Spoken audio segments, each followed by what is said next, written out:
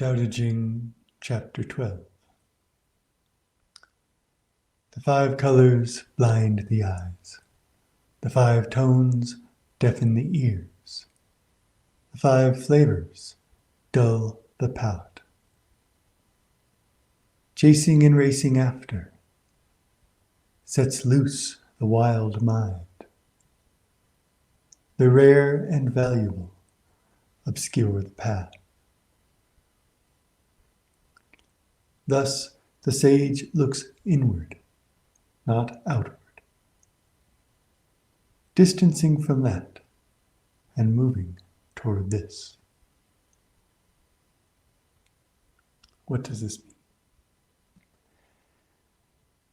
5 colors, the 5 tones, the 5 flavors are 5 aspects. It's a useful way of distinguishing and categorizing aspects of our experience into the 5. They're all elemental related. I won't try to explain the whole 5-element system here, but you can think of them for the purposes of understanding this passage as 5 aspects of that particular category that encompass all of the aspects.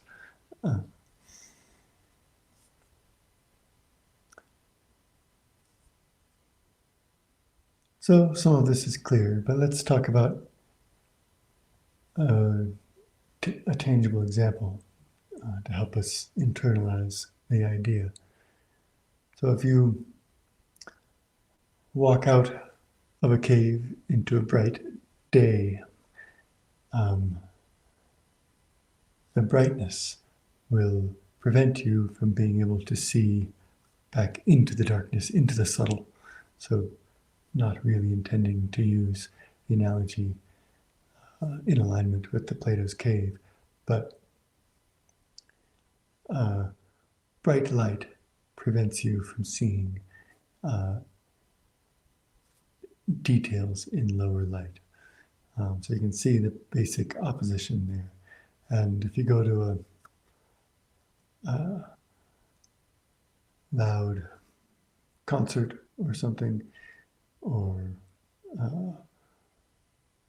are near a gunshot, then that sudden loudness, in this literal, tangible way, deafens you to hearing quieter, more subtle things. And of course, this is also true of a strong taste. If you eat something very spicy hot, it will dull your capacity for distinguishing tastes that are more subtle, temporarily. But this pattern, if considered more broadly and followed to its consequence, shows us that to reach outward at all to the sensory world lessens our capacity for perceiving the subtle aspects of outward experience, but maybe especially inward experience. And this feeling of the senses always reaching out toward stimuli is captured in this next section. Chasing and racing after sets loose the wild mind. So, I want this, I want that, even if it's not a kind of objective coveting. It's sensory stimuli that one is reaching out after. And it causes a kind of madness, a kind of lack of restraint, a kind of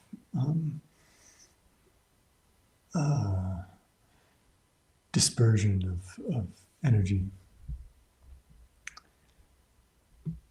And of course, the rare and valuable, or more literally, hard to obtain goods obscure the path. So this thing out there that we're racing or chasing after gets in the way of our path and progress.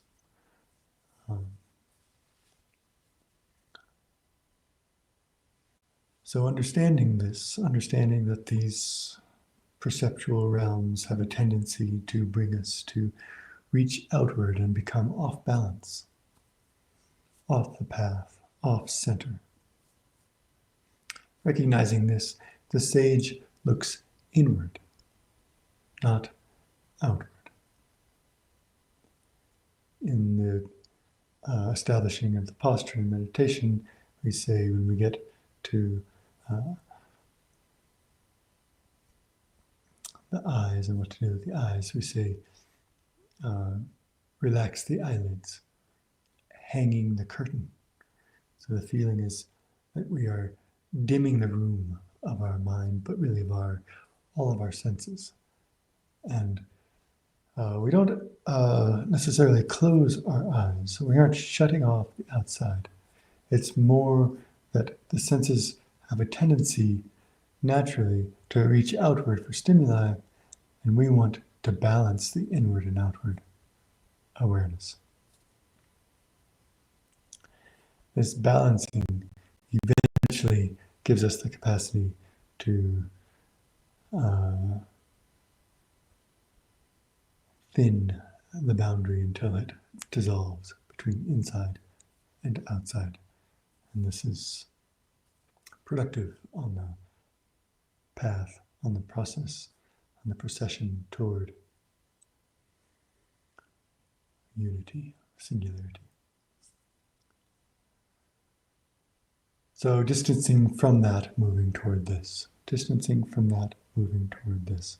So the direction is toward center. Center is harmony, balance of inward and outward awareness. So awareness itself becomes singular. DaoDe Jing, chapter 12.